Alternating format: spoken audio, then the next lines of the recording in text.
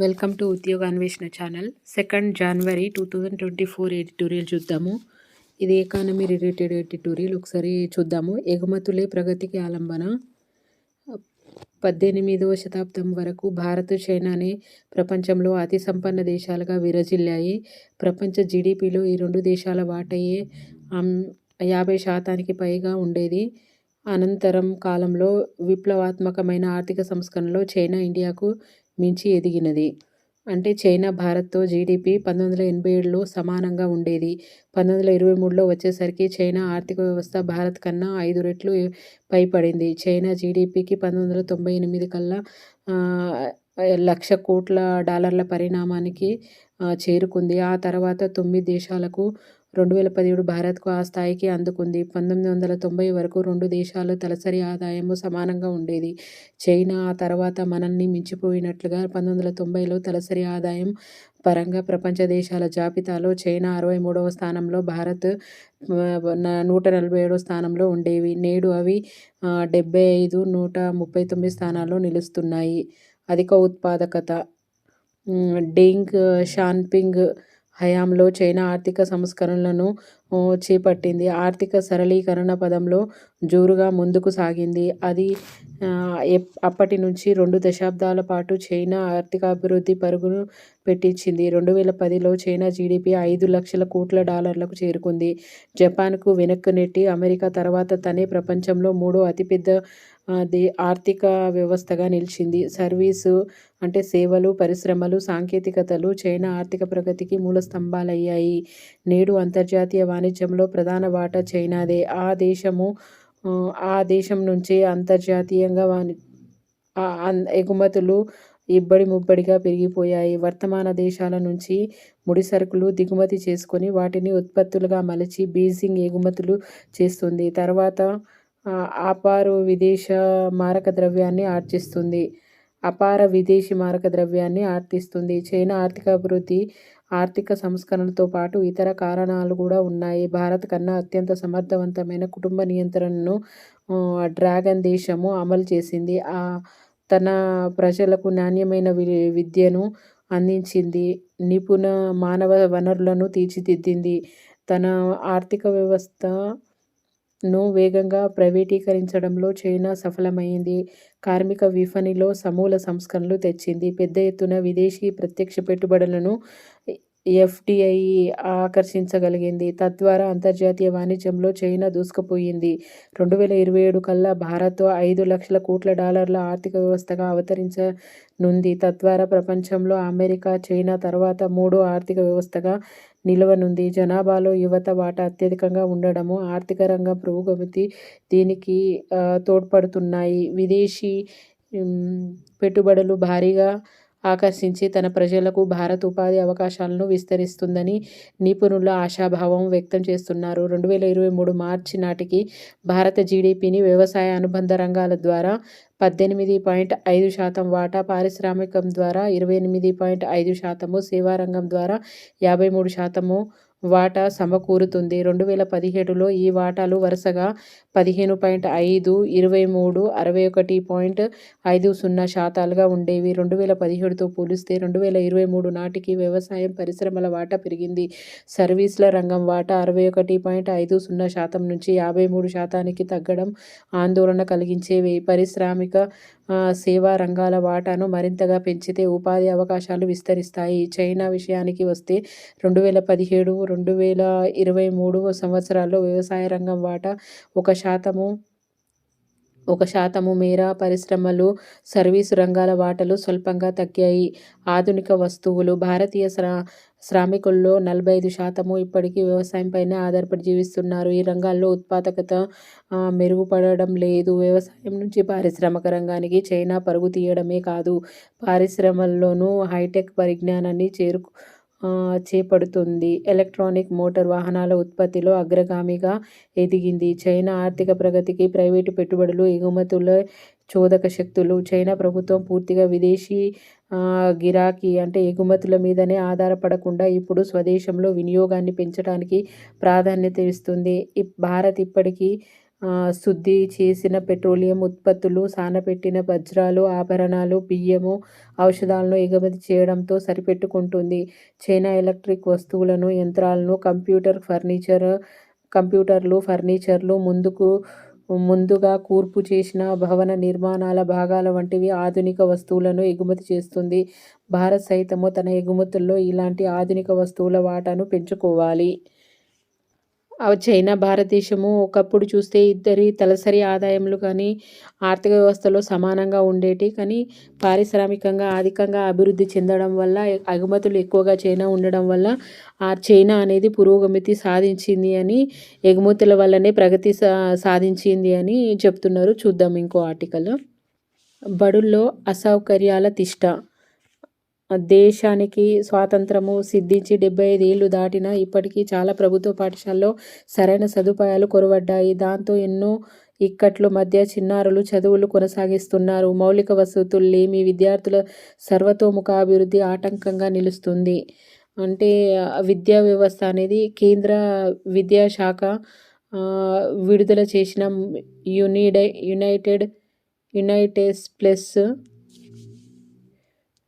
యుడైస్ plus 2021-22 నివేదిక ప్రకారంగా భారతదేశ వ్యాప్తంగా 14.89 లక్షల పాఠశాలలో 26.52 కోట్ల మంది విద్యార్థులు చదువుకుంటున్నారు.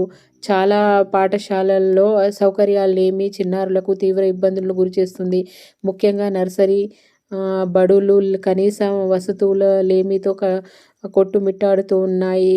14% బడులను ప్రహరీ గోడలు లేవని జాతీయ బాలల హక్కుల పరిరక్షణ సమితి NCCR నివేదిక గతంలోనే వెల్లడించింది. దీనివల్ల విద్యార్థులు ఆటలు ఆడుకునే సమయంలో బయటకు వచ్చి ప్రాణాలు పోగొట్టుకుంటున్న ఘటనలు తరచూ వెలుగు చూస్తున్నాయి.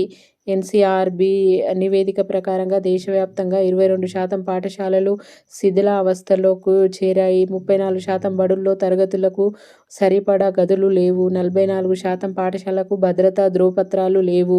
కేవలం 14% బడుల వద్దే స్పీడ్ బ్రేకర్లు ఉన్నాయి. అన్ని చోట్ల స్పీడ్ బ్రేకర్లు లేకపోవడం వల్ల పాఠశాలకు ఎదుట వేగంగా వచ్చే వాహనాలు ఢీకొట్టి విద్యార్థులు ప్రమాదాల బారిన పడుతున్నారు. ప్రభుత్వ పాఠశాలల్లో ప్రవేశాలు, మౌలిక వసతులు, బోధన నాణ్యత, అభ్యసన సామర్థ్యాలు, విద్యార్థులు ఉపాధ్యాయుల నిష్పత్తి తదితర ప్రామాణికంగా తీసుకొని కేంద్ర విద్యాశాఖ 1 నుంచి 1000 పాయింట్లను కేటాయిస్తుంది. ఈ పాయింట్ల ఆధారంగా 28 రాష్ట్రాలు, 9 కేంద్రపాలిత ప్రాంతాల్లోని పాఠశాలలకు గ్రేడ్లు నిర్ణయిస్తూ ఏటా పనితీరును వర్గీకరణ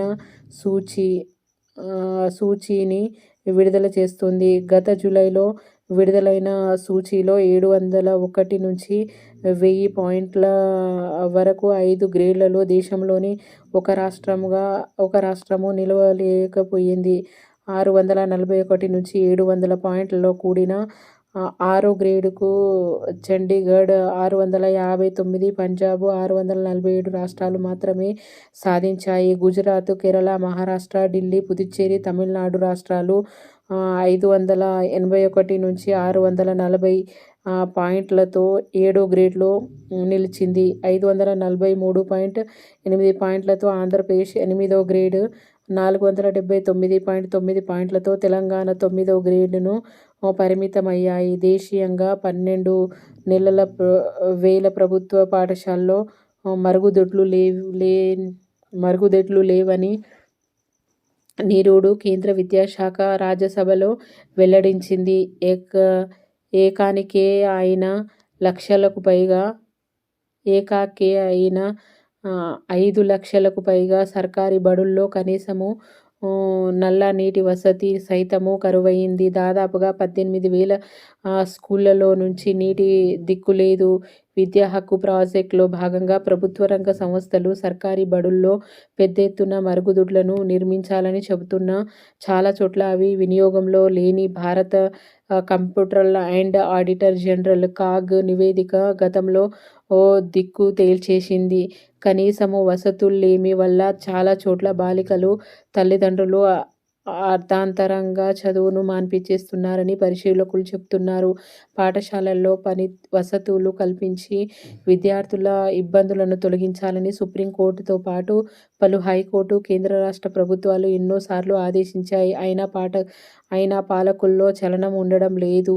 కనీస సౌకర్యాలు కరువై ఇబ్బందుల మధ్యే విద్యార్థులు కష్టంగా చదువులను కొనసాగిస్తున్నారు. మరోవైపు కేవలము 57% విద్యార్థులే మధ్యాహ్న భోజనము పథకమును అమలు పట్ల సంతృప్తిగా ఉన్నట్టుగా ఎన్సీపీసీఆర్ నివేదిక వెల్లడించింది. పలు సర్వేలు సంస్థలు సైతం దేశవ్యాప్తంగా మధ్యాహ్న భోజన పథకము అమలు తీరుపై ఆందోళన వ్యక్తం చేశాయి. భోజనము నాణ్యంగా లేక దేశంలో ఏటా 2,000 మంది దాకా విద్యార్థులు అస్వస్థతకు గురి అవుతున్నారని అంచనా.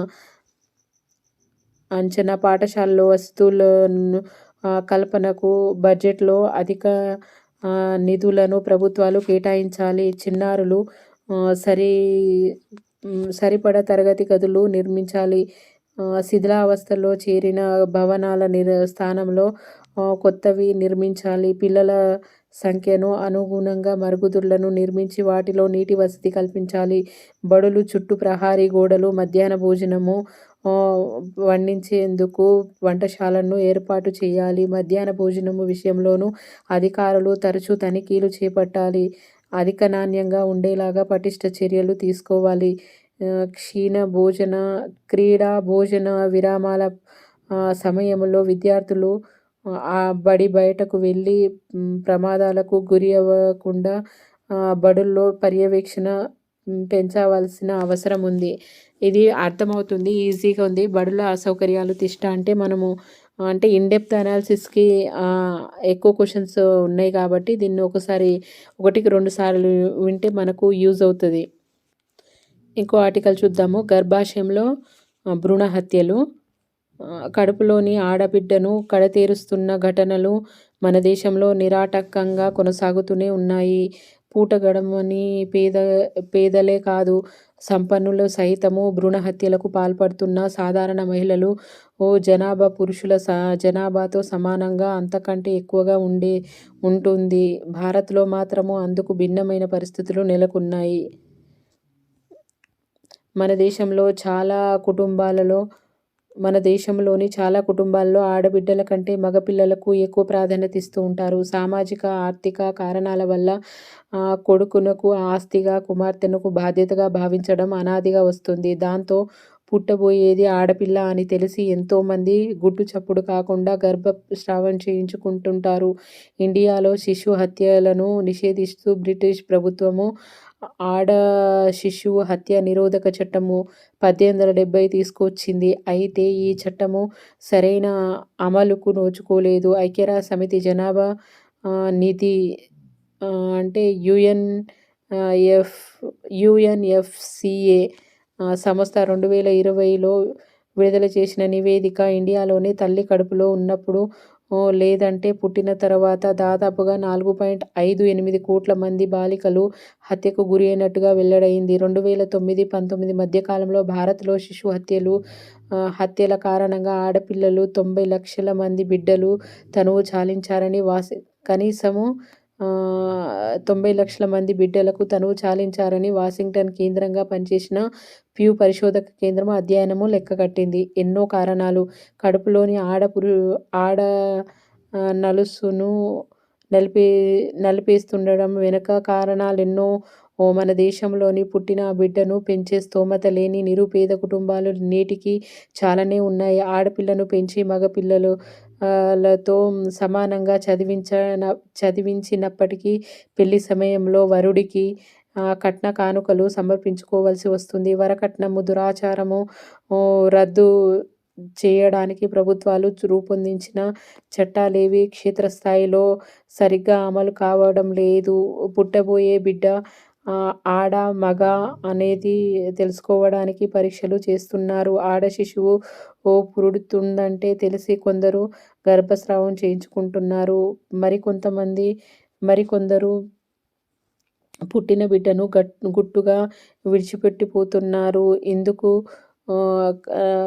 వారు చెప్పే ప్రధాన కారణము ఆడపిల్ల హ్మ్. పా సాకలేమని పెళ్లి చేసి పంపడానికి కట్నం తీసుకురాలేదన్నదే భార్యాభర్తల మధ్య గొడవలు, అరకొక ఆదాయము, ఆడపిల్లల కనడానికి కుటుంబ సభ్యుల మద్దతు లేకపోవడం, ప్రభుత్వం నుంచి తగిన ప్రోత్సాహకం లభించకపోవడము వంటివి శిశు హత్యలకు దారితీస్తున్నాయి. బాలికల మహిళలపైన పాఠశాలలో మొదలు పని ప్రదేశాల వరకు అన్ని చోట్ల లైంగిక వేధింపులు, అత్యాచార ఘటనలు, దాడులు పెరుగుతున్నాయి. అమ్మాయిలకు భద్రత కల్పించడము పెద్ద సమస్యగా మారుతుండడం, కొందరు తల్లిదండ్రులకు ఆడపిండాలకు తొలగించుకోవడానికి మొగ్గు చూపుతున్నారు. వైద్య రంగంలో అవినీతి సైతము భ్రూణ హత్యల కారణమవుతుంది. కొందరు వైద్యులు స్కానింగ్ ప్రక్రియ ద్వారా తల్లి కడుపులోనే బిడ్డ లింగానికి నిర్ధారిస్తున్నారు. భారీగా డబ్బులు తీసుకొని ఆడపిండాన్ని నిర్దాక్షిణ్యంగా చిదిమేస్తున్నారు. ఇప్పుడిది కోట్ల రూపాయల వ్యాపారంగా మారింది. మొబైల్ సౌండ్ స్కాన్ మెషిన్ల ద్వారా లింగ నిర్ధారణ చేసి చిన్నపాటి క్లినిక్‌లో సైతము పెద్ద సంఖ్యలో అబార్షన్లు జరుగుతున్నాయి. కొన్ని ఆసుపత్రుల్లో అబార్షన్ ప్రక్రియ ప్యాకేజీలుగా నిర్వహిస్తూ భారీగా డబ్బులను దండుకుంటున్నారు. ఈ ప్యాకేజీలు మార్కెట్లు చేసేందుకు ప్రత్యేక దళారీ వ్యవస్థ పనిచేస్తున్నాయి. కొడుకే కావాలని కోరుకునే తల్లిదండ్రులను వీరు లక్ష్యంగా చేసుకుంటారు. 2011 గణనాల ప్రకారంగా భారత్‌లో ప్రతి 110 మంది బాలికలకు కేవలము 100 మంది బాలురకు 110 బాలురకు కేవలము 100 మంది బాలికలే ఉండడానికి ఇటువంటి పరిస్థితులే కారణము. భారత్‌లో 1970 దశకంలో మగ పిల్లవాడు పుట్టే వరకు ఆడపిల్లల్ని కంటూనే ఉండేవారు. జనాభా పెరుగుదల పెద్ద సమస్యగా మారడంతో కొన్ని ఆసుపత్రులు గర్భస్రావాన్ని ఒక పరిష్కారంగా ముందుకు తీసుకొచ్చాయి. అయితే 1990 దశకంలో అల్ట్రాసౌండ్ స్కానింగ్ విధానాలు దేశమంతటా అందుబాటులోకి రావడంతో భ్రూణ హత్యలు పెచ్చుమీరాయి. దీనిపైన పెద్ద ఎత్తున వ్యతిరేకత వ్యక్తం కావడంతో కేంద్ర ప్రభుత్వం లింగ నిర్ధారణ తర్వాత చేసే గర్భస్రావాన్ని చట్టవిరుద్ధంగా పేర్కొంటూ గరిష్ఠ శిశు లింగ నిర్ధారణ ప్రక్రియ నిషేధ చట్టము 1994 పిఎన్డిటి తీసుకొచ్చిండ్రు. దీన్ని 2004లో సవరించారు. గర్భస్థ శిశువు లింగ నిర్ధారణ భ్రూణ హత్యలకు నిరోధించడంతో పాటు అందుకు పాల్పడిన వారి 5 ఏళ్ల జైలు శిక్ష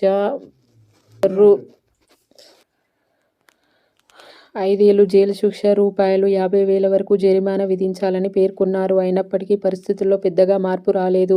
దీనికి సంబంధించిన మొత్తము 4,202 కేసుల్లో కేవలము 586 కేసుల్లోనే శిక్షలు ఖరారయ్యాయి. బాలికల పట్ల సమాజంలో నెలకొని ఉన్న దుర్విచక్షణను రూపుమాపడంతో పాటు వారి సమగ్రాభివృద్ధి కోసము కేంద్రము, రాష్ట్రాలు బాలికల శిశు సంక్షేమ పథకాలను ప్రారంభించాయి. కేంద్రము తీసుకొచ్చిన బేటీ బచావో, బేటీ పడావో, బాలికా సమృద్ధి యోజన వంటి పథకాలు అమ్మాయిల అభ్యున్నతికి బాసటగా నిలుస్తున్నాయి. సిబిఎస్ఇ ఉడాన్ యోజన ద్వారా ఉన్నత సాంకేతికత విద్యలో అమ్మాయిలు ప్రోత్సహిస్తున్నారు. తెలంగాణలోని కళ్యాణలక్ష్మి, షాదీ ముబారక్, ఆంధ్రప్రదేశ్లో బంగారు తల్లి, కర్ణాటకలో భాగ్యశ్రీ వంటి పథకాలు అమ్మాయిల ప్రగతి కోసము రూపొందించినప్పటికీ సమాజంలో బాలికల పట్ల దుర్విచక్షణ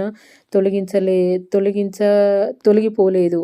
పరిస్థితులపైన పోరాడితేనే. భ్రూణ హత్యలు నిరోధించే చట్టాలకే కాదు, అందుకు దారితీసే పరిస్థితులకు పోరాడే చట్టాలను పటిష్టంగా అమలుపరచవలసిన అవసరం ఉంది.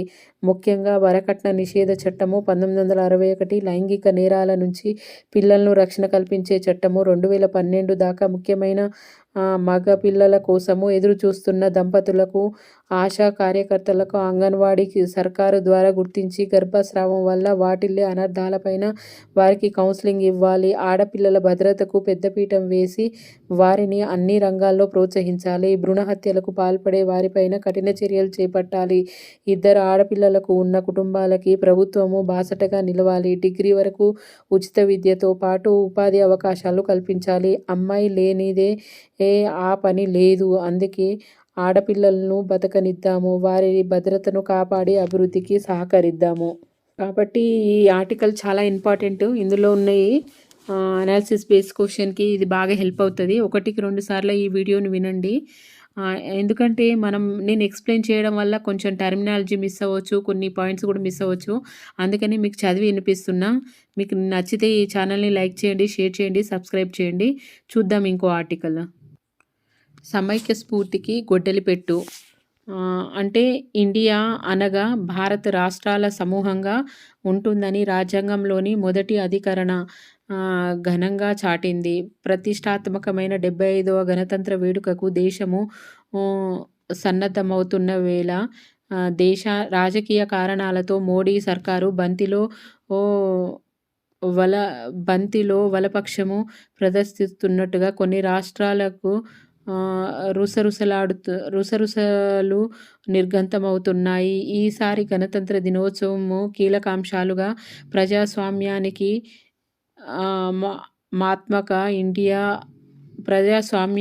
మాతృకగా ఇండియా వికసిత్ భారత్‌లు నిర్దేశించిన కేంద్రము వాటిని అనుగుణంగా ఆయా రాష్ట్రాలు తమ శకటాలను నమూనాను సిద్ధం చేయాలి సెప్టెంబర్లో సూచించింది. తన సంస్కృతి ప్రభావాన్ని యావదుద్దేశం కళ్ళకట్టేలాగా రాజ్‌పథ్ ఇప్పటి కర్తవ్య పథ్‌లో ప్రత్యేక శకటాల్ని రాష్ట్రాలు ప్రదర్శించడము 1953 నుంచి సాంప్రదాయంగా వస్తుంది. సర్వసత్తాక రాజ్యంగా ఇండియా సైనిక పాటవ ప్రదర్శనలతో పాటు జాతి ప్రగతి ప్రస్తావనగా తమ పాత్రను రాష్ట్రాలు సగర్వంగా ఆవిష్కరించుకునే సందర్భం ఇది. క్రితంసారి లాగానే ఈ ఏడాది ఢిల్లీ, పంజాబ్ శకటాలను అనుమతి నిరాకరించాలని ఆమ్ ఆద్మీ ప్రభుత్వాలు పశ్చిమ బెంగాల్‌కు అన్యాయం జరిగిందట మమతా సర్కారు తాజాగా గళమెత్తాయి. విద్య, వైద్య రంగ నమూనాలు ప్రదర్శనకు ఢిల్లీ భగత్ సింగ్, రాజ్‌గురు, సుఖ్‌దేవ్, లాలా లజపతి రాయ్ వంటి స్వాతంత్ర సమర యోధుల త్యాగాలకు ప్రతిఫలించడానికి పంజాబ్ వినూత్నమైన కన్యాశ్రీ ప్రకల్ప పథకాన్ని పరిచయం చేయడానికి పశ్చిమ బెంగాల్ సన్నద్ధమయ్యాయి. నిర్దేశిత థీమ్‌కు అనుగుణంగా లేవంటూ 3 రాష్ట్రాల శకటాన్ని తోసిపుచ్చిన కేంద్రము సమయాభావము రీత్యా ఈసారి 15-16 రాష్ట్రాలు అవకాశంను దక్కించుకుంటుంది. ఎంపికైన వాటిలో 90% భాజపా పాలిత రాష్ట్రాలకే ఉన్నాయని పంజాబ్ ముఖ్యమంత్రి విమర్శిస్తుంటే ఎంపిక కమిటీలో నిపుణుల నిర్ణయమే అంతిమమని కేంద్రం చెబుతుంది. రక్షణ మంత్రిత్వ శాఖ ఆధ్వర్యంలో భిన్న కళా, సాంస్కృతిక రంగాల నిపుణులతో కూడిన కమిటీ రాష్ట్రాల నమూనాని 4-5 అంచనాలో వడకడుతుందని నిజమై ఉందని నిర్ణయాల్లో రాజకీయ కోణాలు దాగనివి. యూపీఏ ప్రభుత్వ జమానాలో మోదీ సారథ్యంలో గుజరాత్ శకటానికి స్వాతంత్ర వేడుకల్లో చోటు దక్కనేలేదు. ఈ ధోరణులు సమైక్య స్ఫూర్తికి గొడ్డలిపెట్టు. గణతంత్ర వేడుకల్లో రాష్ట్రాలు ప్రదర్శించే శకటాలు లౌకికవాదానికి గొడుగు పట్టాలని, ఎలాంటి రాజకీయాలు దృక్కోణాలైనా అతీతంగా ఉండాలని సంబంధిత మార్గదర్శకాలు చాటుతున్నాయి. జాతీయ సమైక్యతపైన అప్పటి పశ్చిమ బెంగాల్ ప్రభుత్వము శకటాల్ని రూపొందిస్తే ఎందరూ కాదన్నారన్న ప్రశ్నకు లోక్సభలో రక్షణ మంత్రిగా ఆర్. వెంకట్రామన్ 4 దశాబ్దాల క్రితమే ఇచ్చిన సమాధానాన్నే ఇప్పటి పాలకశ్రేణి వల్లివేస్తుంది. అన్ని రాష్ట్రాల శకటాలకు అవకాశం ఇచ్చేంత ప్రదర్శన సమయము లేదన్నది దశాబ్దాలుగా నలుగుతున్న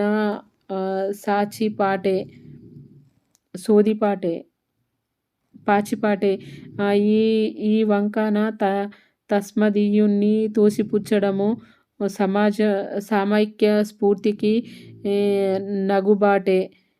2005-23 సంవత్సరాల నడుమ సగటుగా 15 రాష్ట్రాల శకటాలకే కర్తవ్యపథ్తో పరేడ్ అవకాశం దక్కింది. 2009-22 సంవత్సరాల్లో ఆ సంఖ్య 12కు పరిమితమయింది. సమయము పరిమితమంటూనే కేంద్ర ప్రభుత్వం మంత్రిత్వ శాఖలు, విభాగాల శకటాలు రాష్ట్రాల ఆకాంక్షల్ని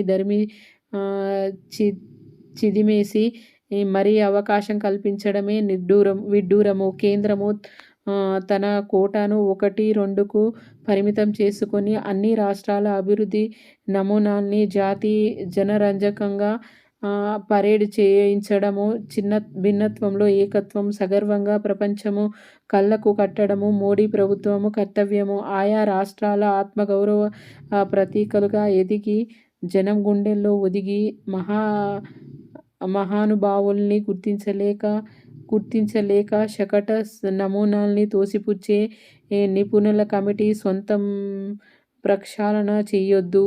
స్వతంత్ర దినోత్సవము పవిత్రత కదలబారకుండా కాచుకోవడము నేటి అవసరము.